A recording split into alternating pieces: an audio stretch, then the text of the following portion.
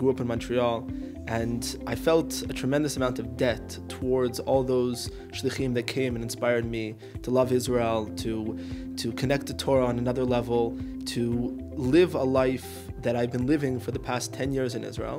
And I felt that I needed to be a shaliach because of the effect the shlichim had on me. I got a phone call one day from Rabbi Grauer. He said, "Hi, this is Seth Grauer. I just got named to be head of school for a school called B'nai Akiva Schools." He asked me if I wanted to be principal of the girls' high school. And my first response was, "I'm not sure if you know that I'm 25 years old. I don't think that's a good idea. But I'm interested in opportunity. So if you're looking for a Mora, I'm more than happy to meet with you." Growing up in Israel, one of my family traditions was that every single Yom Ha'atzmaut, religiously, my family and I, we would watch Chidon Tanakh.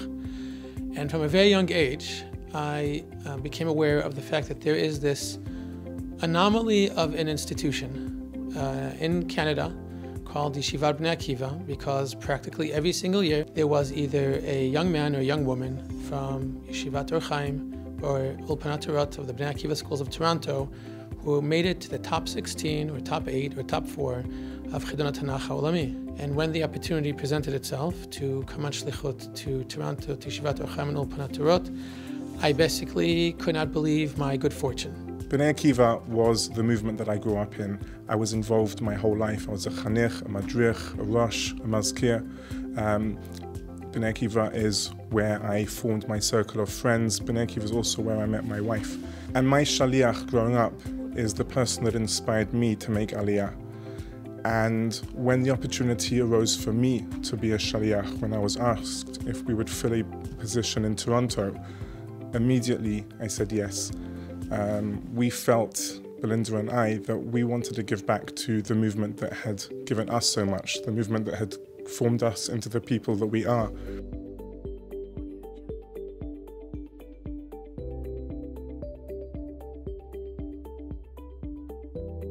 At the end of the day, the thing that allows us to do everything else is that personal relationship.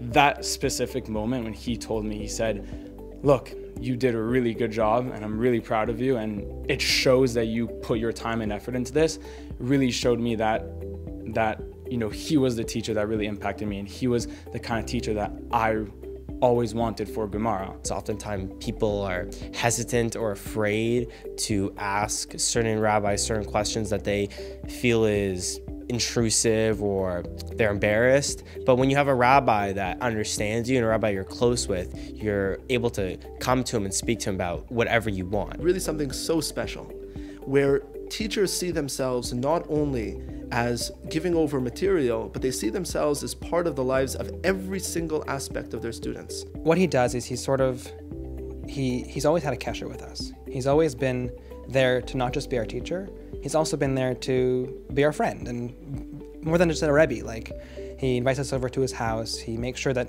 you know that he cares about you. He's also just so knowledgeable about a lot about Torah that he's just like a great man and a great resource to just have around, and you can approach him with different issues, different stuff. Said, I call myself like the mother of all Pinar or something like that, and the girls thought that was hilarious, but it's true. Because if you're crying, you're going to end up in my office. If you're hungry, you're going to end up in my office. If you have good news, you're going to end up in my office. And that's amazing. Whenever I have a problem or anybody in the school has a problem, you feel so comfortable to go and sit down with her. And she's so patient and so understanding and so caring. And she really takes the time for every student in the school. And I know that when something's good or when something's bad, she's always the first person that I want to go to and share my news with her. I think her love of Torah and davening and her connection to God and just to Judaism in general is really inspiring. That if I ever have a question about something in Tanakh or in davening, she's always there to answer the question. It's so amazing that there's someone in the school who is able to do that, who's so well-rounded when it comes to Judaism and Tanakh studies, and it's going to be a big loss for the school. I think she's an excellent person who does that, who even if it's not important to her, she will go out of her way to do whatever she possibly can to ensure that girls are happy around the school and that everything's under control. I don't know what we're going to do without her. Coming here, I thought, I'm going to be working in B'nai Akiva schools. Within 2 weeks, Rabbi Grauer said, I want you to be the mashgiach ruchani. And then, few months later, he signed me up and said, I want you to work at camp. And he got me a position as the rabbi of Camp Moshava. A couple years later, he then said, okay, I think that you're able to build something even more. I want you to start running Mizrahi. And he got me a position as director of Mizrahi. His mindset was, how can I make sure that Ilan Mezer, as Ilan Mezer, can give back to the community in the best possible way. I'll sometimes go up to Rabbi Mezer and just ask him a random question, just whatever I'm thinking about at the time, and he always has the best answers because he has so much knowledge from Tanakh, from Gemara, from secular knowledge also. I know that he always is going to have like a good answer and know what he's talking about. I had not been involved as an administrator in a formal schooling setting in the past, and working so closely with Rabbi Grauer and working so closely under Rabbi Grauer has really, really taught me a tremendous amount. I remember seeing Rabbi Spitz with his kids and with his wife, and it was so like, that's like the kind of father I want to be. It's the kind of husband I want to be. He had so much patience with his kids. To have that sort of example when you're in such an important stage of development it's going to make me such a better person, and it already has. I'm going to miss a lot about this place. That's hard for me to talk about without getting too emotional. I'm going to miss the girls. I love the girls here in Alpena. I'm going to miss the teachers. That teacher's room was a special place. I'm going to miss the building. I'm going to miss Toronto. She's definitely inspired me to continue learning Torah and to keep on learning Gemara and to do what I enjoy learning in Judaism. And also my davening has definitely changed from grade 8 when I couldn't stand still and daven. She's a great role model when it comes to different things in Judaism, and she's definitely impacted me the way I view myself and how I fit into it. It's really important to have someone like that in a school environment that you can always go to, because we're teenagers, we just have a lot of problems. There's just a lot going on in people's lives that you might not necessarily know, and it's important to always have someone in the school, not just at home, but also in the school that you're able to talk to about all those different things. I come in here and I think, okay, I think maybe we should do this. Never once did Rabbi Grauer ever say to me, sorry, it can't be done. He only said, I got your back, and I'm going to make sure that you have all the support you need to make it happen. That was one of my favorite things about his class, that we would always be so into it, and it would make it seem so interesting, even if the topic wasn't something that I originally thought would be something that I'd be into. God, Baruch Hashem, I've been very, very blessed that I still have strong relationships with many of my students from Or Chaim. Rabbi Spitz, personally, he inspired me in his dedication to Israel. He's always been a very pragmatic rabbi and also a very progressive rabbi. And that allowed me to speak to him a lot of different controversial topics, whether it be about Israel or Judaism. Really pushed a lot of us, especially me, to achieve things never thought I'd be able to achieve. So I'm definitely going to miss him and his encouraging words and his motivation. You can do it, push to your limits, and when you get to your limits, push harder. It's been incredible. The best 4 years of my life. Coming to a place which has a great infrastructure, an amazing community, people that have such strong foundations in their Zionism and their love of Bnei Akiva.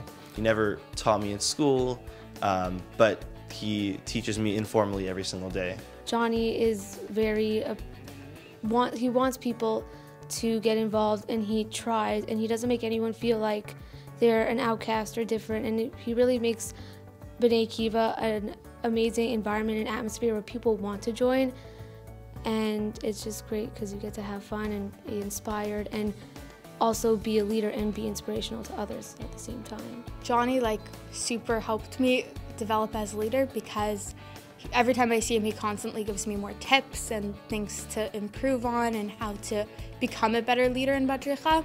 Jonny, you can get really close with Jonny. He's a guy you can talk to. He's not a guy that's your boss in a way. He's your friend.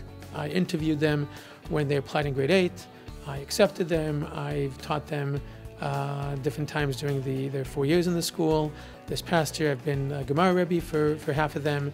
So being able to directly continue that involvement and that relationships next year is something which is almost like I feel like a prize that I'm getting. The school made an announcement that Rabbi Spitz was leaving next year.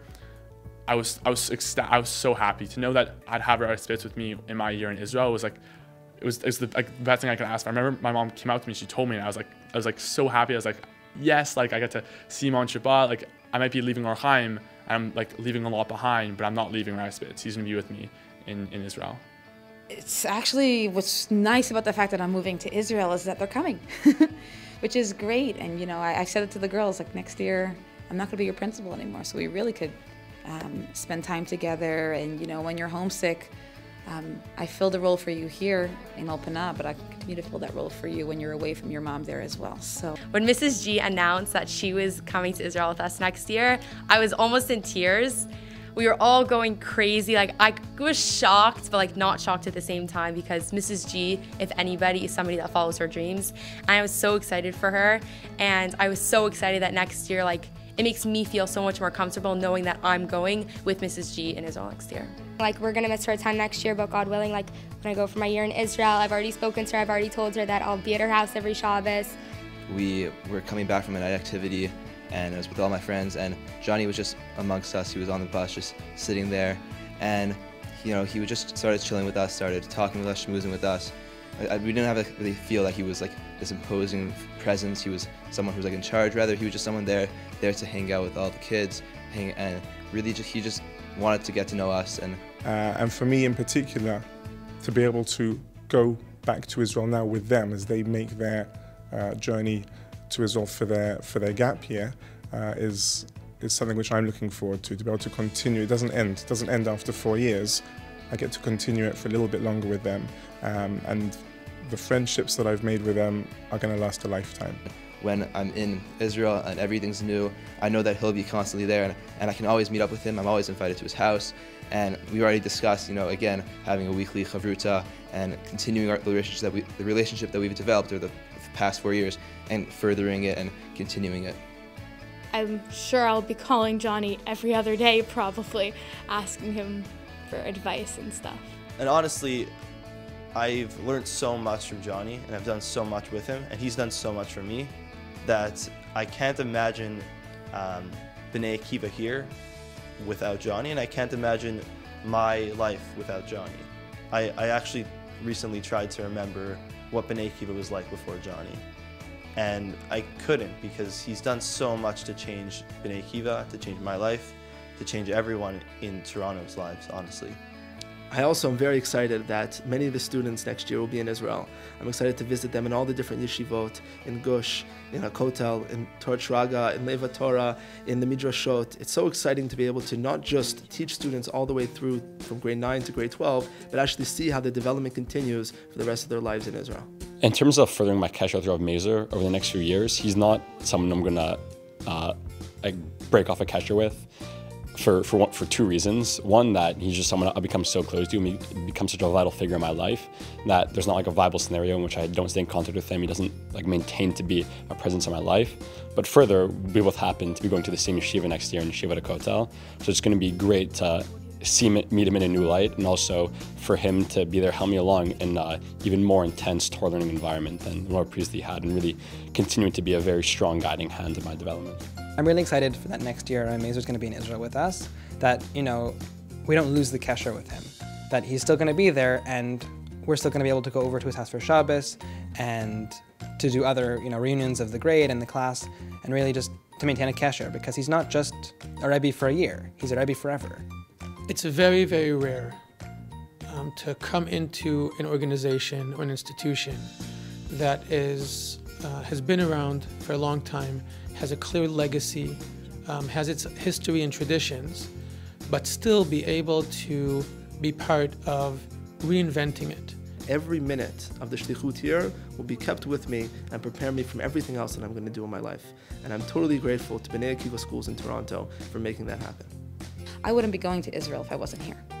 So, you know, if I kept on going with what I was doing, or if I was still back in New York, or the truth is if I'd moved out of New York, like if I wanted to any other, you know, kind of random place anywhere else, I don't think this would have happened. B'nai Akiva schools has inspired me to believe that inspiration and idealism can be found everywhere. I have definitely grown tremendously in the last 5 years. Really B'nai Akiva as a team, the B'nai Akiva schools as a family, and everything that we've achieved has been achieved together. I can't thank enough those people that have worked with me to make it happen. The Chanachim, the Madrachim, the Merakez, the Mazkirut, the faculty of the B'nai Akiva schools, of course the board of B'nai Akiva. Without all of those people and so many more, we wouldn't have been able to achieve what we've achieved. And I appreciate it. Thank you. Opana is just it's a good place. It really is. It's a unique place, and I think particularly when it comes back to the admissions piece, it's my job to always convince. It's my job to convince parents, to convince students to come, and I think it's an easy job for me. It's a good place for people to come to.